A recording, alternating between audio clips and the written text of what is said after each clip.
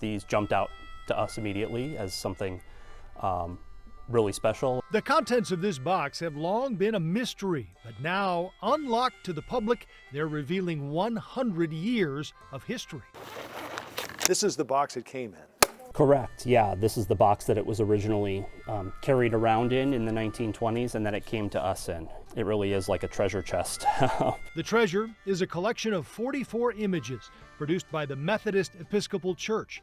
The fragile glass lantern slides depict the great migration of African Americans from the South to cities primarily in the North. It's really special to us to be able to show these, probably the first time in around 100 years that anyone has seen them, because their connection of Chicago's African American community, but other African American communities throughout the country, to this story, which is one of the most important transformations in American history. The images capture life in the South, African Americans working in cotton fields, in sugarcane fields, progressing to the lives they envisioned and eventually lived in cities like Detroit, Philadelphia, and Chicago.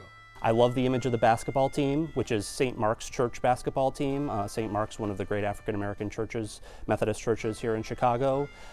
Their basketball team won the City Church League in 1921, 1922. There's one image of a social worker visiting a family in what's essentially tenement housing. You can see a stove, wood-burning stove. You can see a little sink, and that's kind of just about it. And they're all kind of crowded in there. But the image is so full of pride and so full of optimism. There's a homemade flag in the corner. One of the things that churches like St. Mark's stepped up to do was provide daycare for these families. And you have this image of children in a room with smiling women looking over them, and they're leading them into prayer before the lunch. It's such an optimistic, hopeful kind of image for how these communities hoped that their lives would be in a city like Chicago. How do you put into words the value of a collection like this?